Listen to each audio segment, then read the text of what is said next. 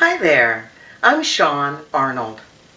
You know, all this talk about fighting for your dreams has got me thinking about the concept of success, including how to define it and how to get it. And the more I think about it, the more I realize that it's as hard to define as it is to grasp. You know, a friend of mine said to me very recently, every time I find the key to success, someone changes the lock. An unlucky fellow, to be sure. But I like J. Paul Getty's formula for success. He said, rise early, work hard, strike oil. Very simple. I like a nice, clear formula I can follow. So how do you become successful, especially if you don't know your calling? Well, you can begin by looking at the people around you that embody success the way you define it. It is such a subjective term, but success leaves clues. And unless you're reinventing the computer or the internet, it's pretty much all been done before, right?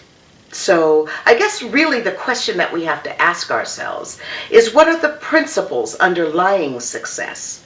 Because once we grasp those principles, then we'll have a roadmap that we can follow.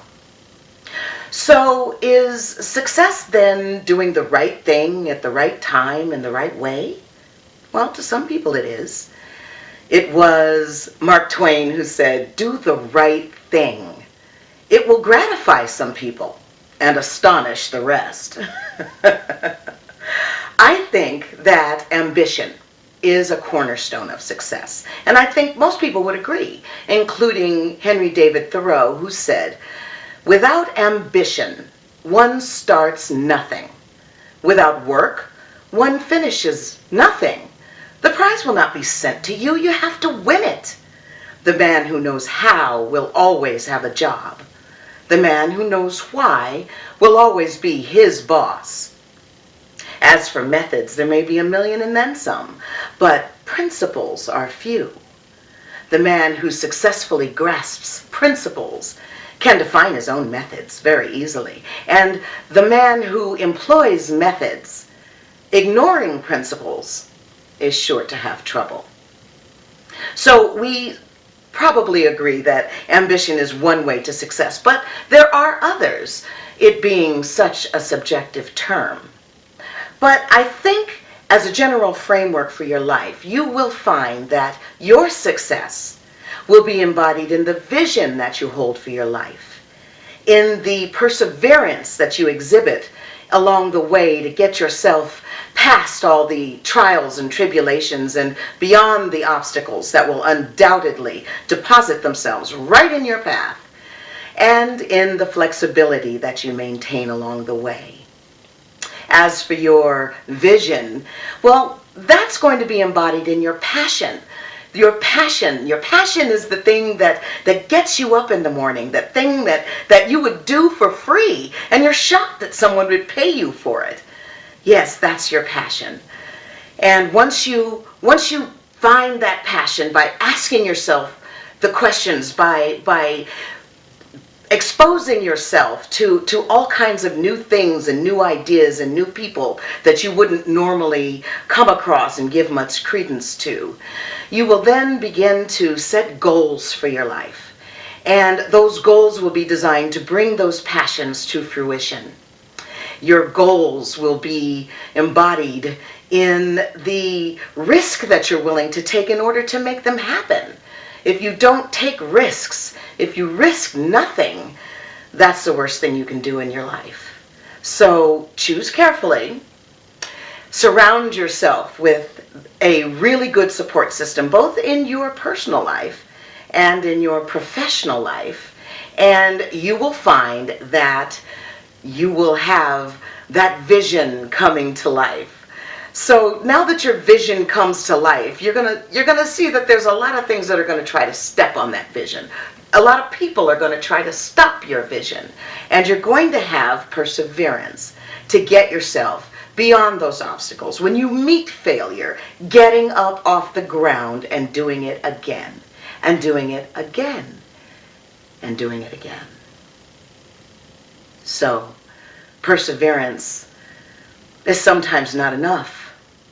Sometimes you find that you've hit that wall and you can't get through it. So what do? Do you try something else? Do you go a different direction? Sometimes flexibility is really what you need in your life, to take a left or to take a right, and yes, sometimes to turn around and go back in the opposite direction. Because if we live long enough, we often will find that life will take us on many journeys. Life will show us many things. And lo and behold, if we persevere and we are flexible, we will find ourselves coming right back to center.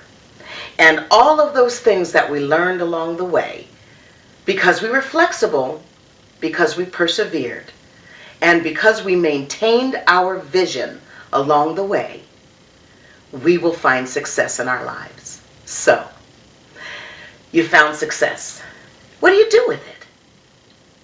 I think that as a general concept, success in your life really is not meant for you. Your success is meant for other people. I am most happy in my life when I'm at service to other people. I have been on the Regional Council of the American Cancer Society for several years. I've been on their Leadership Council, and I've chaired a number of charity events on their behalf. And I have found some of the greatest joys in my life when I find myself in service to people who will never meet me, because it is not about getting that thank you. It is not about getting any accolades.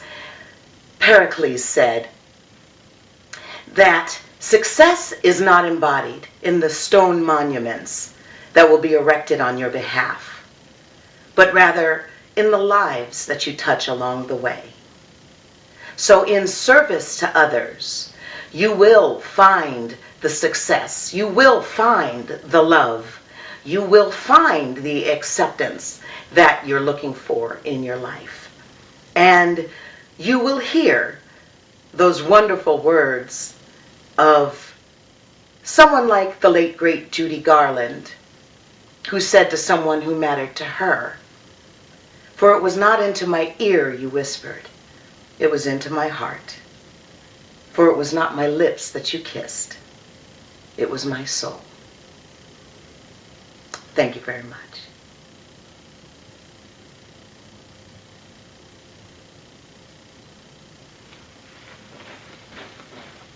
Okay, let's go get my wife.